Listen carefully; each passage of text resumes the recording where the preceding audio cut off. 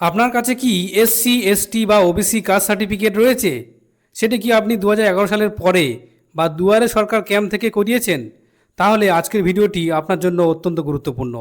রাজ্য সরকারের তরফ থেকে কাস্ট সার্টিফিকেট নিয়ে জারি হলো একটি অত্যন্ত কড়া নির্দেশিকা। বাতিল হতে পারে বহু ভুয়ো সার্টিফিকেট। কি বলা হয়েছে এই নির্দেশিকায়?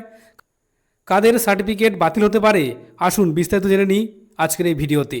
পশ্চিমবঙ্গ সরকারের অনগ্রসর শ্রেণীকল্যাণ দপ্তর বা ব্যাকওয়ার্ড ক্লাস ওয়েলফেয়ার ডিপার্টমেন্টের তরফ থেকে সমস্ত জেলাশাসককে একটি চিঠি পাঠানো হয়েছে। নির্দেশিকায় পরিষ্কার জানানো হয়েছে যে 2011 সাল থেকে রাজ্যে যতগুলি কাস্ট সার্টিফিকেট ইস্যু করা হয়েছে তার সবকটি পুনরায় যাচাই বা রিভেরিফাই করা হবে। আপনাদের জানিয়ে রাখি, 2011 সাল থেকে এ পর্যন্ত রাজ্যে প্রায় 1,69,00,000 কাস্ট সার্টিফিকেট দেওয়া হয়েছে। এর মধ্যে দুয়ারে সরকার ক্যাম্পের মাধ্যমে দেওয়া হয়েছে 47,80,000 সার্টিফিকেট। এই সমস্ত সার্টিফিকেট এখন স্ক্যানারের তলায়। হঠাৎ কেন এই সিদ্ধান্ত? নির্দেশিকায় জানানো হয়েছে, সম্প্রতি বিভিন্ন মহল থেকে এই সার্টিফিকেটগুলির সত্যতা এবং বৈধতা নিয়ে প্রচুর অভিযোগ জমা পড়েছে।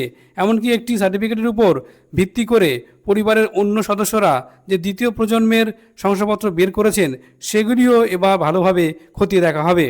সবচেয়ে বড় বিপদে পড়তে চলেছে কারা জানেন? সম্প্রতি ভোটার তালিকা সংশোধনের সময় যাদের নাম রাজ্যের ভোটার তালিকা থেকে বাদ দেওয়া হয়েছে তাদের এবং তাদের পরিবারের সদস্যদের কাস্ট সার্টিফিকেটগুলি স্পেশালভাবে পরীক্ষা করা হবে। যদি দেখা যায় কোনো গরমিল রয়েছে, তবে আইন অনুযায়ী সেই সার্টিফিকেটগুলি সরাসরি বাতিল করা হবে। শুধু তাই নয়, যে সমস্ত আধিকারিকরা এই শংসাপত্রগুলি দিয়েছেন তাদের সতর্ক করা হয়েছে, কোনো গাফিলতি প্রমাণ হলে কড়া আইনি ব্যবস্থা নেওয়া হবে। সুতরাং বন্ধুরা, রাজ্য সরকার কি ভুয়ো কাস্ট সার্টিফিকেট রুখতে কড়া পদক্ষেপ নিতে চলেছে? তবে আপনার শংসাপত্র এবং নথিপত্র যদি একদম সঠিক হয় তবে অযথা আতঙ্কিত হওয়ার বা ভয় পাওয়ার কোনো কারণ নেই। ধন্যবাদ।